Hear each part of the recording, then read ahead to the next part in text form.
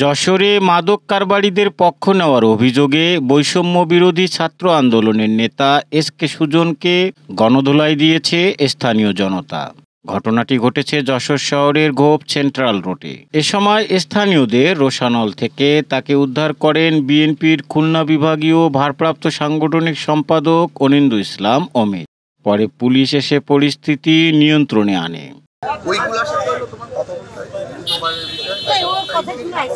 ওর কথার মতন আসি নাই তো ওর জন্য আসছি জোবাইয়ের সাথে কথা বলতে আসছি। জোবাইয়ের আসতে এখানে জোবাইয়ের এখান থেকে অনেক পোলাপান গিয়েছিল মারামারি এখানে বড় করেন না। ওই জুবাইরের ওখানে মাত্র 20-30 জন গিয়েছিল। ওইখানে কেউ যে মারধর করছে জোবাইরের 4 দোকান 10 টাকার মোড়ে কারে মারধর করছে বুঝছেন? এটা তো আমি জানি না। হ্যাঁ ওইখানে আমরা এটাও ওরা তো মাদক ব্যবসায়ীকে মারধর করেছে। এটাও ঠিক বলছে, ওরা মাদক ব্যবসায়ীকে মারধর করেছে। জি ভাই, আপনি কার জন্য আসছেন এখানে? যাদের মারছে সব মাদক বিক্রি করে। আপনি কার জন্য আসছেন? আপনি কি সিন্ডিকেটের প্রধান? তাহলে কি না? তাহলে এখানে কেন আসছেন আপনি? আপনি দোকানে চা খেতে যান, সেই জন্য এখানে আসছেন যে চায়ের দোকানদার কেন মারছে সেই জন্য? মানে এটা কি আপনার দায়িত্ব, নৈতিক দায়িত্বের ভিতরে পড়ে? না না, শুনতে অবশ্যই পারে, বাট আপনার বলার মানে শোনার কারণটা কি আমাকে বলেন। আপনার কি কাছের ভাই লাগে? যশোরের ঝিকরগাছায় পৃথক অভিযানে আওয়ামী লীগ এবং যুবলীগের 2 নেতাকে আটক করেছে পুলিশ। বুধবার সকালে গোপন সংবাদের ভিত্তিতে গতখালী বাবুপাড়া মোড় থেকে উপজেলা আওয়ামী লীগের সাংগঠনিক সম্পাদক তরিকুল ইসলাম ও আলিপুর গ্রামের নিজ বাড়ি থেকে ইউনিয়ন যুবলীগের সাবেক সভাপতি আবুল কালাম আজাদকে আটক করা হয়। ঝিকরগাছা থানার ওসি বাবলুর রহমান খান জানান, তাদের বিরুদ্ধে নাশকতাসহ একাধিক অভিযোগ রয়েছে। আটকের পর 2 জনকেই আদালতে সোপর্দ করা হয়েছে। দলীয় শৃঙ্খলা ভঙ্গের অভিযোগে যশোর জেলা বিএনপি উপজেলা ও ইউনিয়নের 2 নেতার পদ সাময়িক স্থগিত করেছে। বুধবার জেলা বিএনপির সাধারণ সম্পাদক দেলোয়ার হোসেন খোকনের স্বাক্ষরিত পৃথক 2টি বিজ্ঞপ্তিতে এ তথ্য জানানো হয়।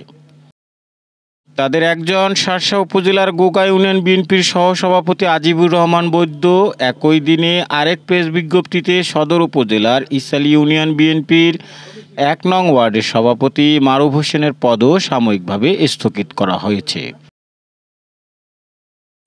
যশোরের কেশবপুরে মাদ্রাসার 9ম শ্রেণীর এক শিক্ষার্থীকে অপহরণের দায়ে এক যুবকের 14 বছরের কারাদণ্ড ও অর্থদণ্ড দিয়েছে আদালত।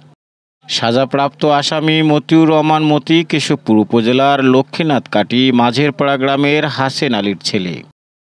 বুধবার নারী ও শিশু নির্যাতন দমন ট্রাইব্যুনাল 1-এর বিচারক গোলাম কবির এ আদেশ দেন। বিষয়টি নিশ্চিত করেছে নারী ও শিশু নির্যাতন দমন ট্রাইব্যুনাল 1-এর পিপি আব্দুল লতিফ লতা। 6 যুবককে ইউরোপের সেনজেন দেশে নিয়ে যাওয়ার কথা বলে 40.5 লাখ টাকা এবং বেলারুশে আটকে রেখে 66.5 লক্ষ টাকা মুক্তিপণ আদায়ের অভিযোগে স্বামী স্ত্রী সহ মানব পাচার চক্রের 3 জনের বিরুদ্ধে কোতোয়ালি থানায় মামলা হয়েছে। ঢাকার নবাবগঞ্জ থানার বড়গ্রাম দক্ষিণ পাড়ার মৃত আবুল হাশিমের ছেলে হাবিবুর রহমান মামলাটি করেছেন। আসামিরা হলেন যশোর নতুন উপশহর সি ব্লকের বাসিন্দা গাজী ইসমাইল হোসেন, তার স্ত্রী হাবিবা সুলতানা ও ব্রাহ্মণবাড়িয়া কসবা থানার আলমগীর হোসেনের ছেলে, বর্তমানে ঢাকার রমনা থানার নিউ সার্কুলার রোড এলাকার বাসিন্দা উজ্জ্বল সাইদ। যশোরে মেয়েকে যৌন নিপীড়নের প্রতিবাদ করায় বাবাকে মারপিট ও হত্যার হুমকির অভিযোগে কোতোয়ালি থানায় মামলা হয়েছে। আসামিরা হলেন যশোর সদর উপজেলার কচুয়া গ্রামের মোহাম্মদ আলীর ছেলে আরমান, গোপালপুর আদর্শ পাড়ার আশিক ও কচুয়া নতুন বাজার কানাপুকুর পাড়ের ওমর আলীর ছেলে মোহাম্মদ আলী। মামলাটি করেছেন একই এলাকার 10ম শ্রেণীর শিক্ষার্থীর বাবা। দেশ বিদেশের খবর সবার আগে জানতে ভিজিট করুন রাতদেরনিউজ.net।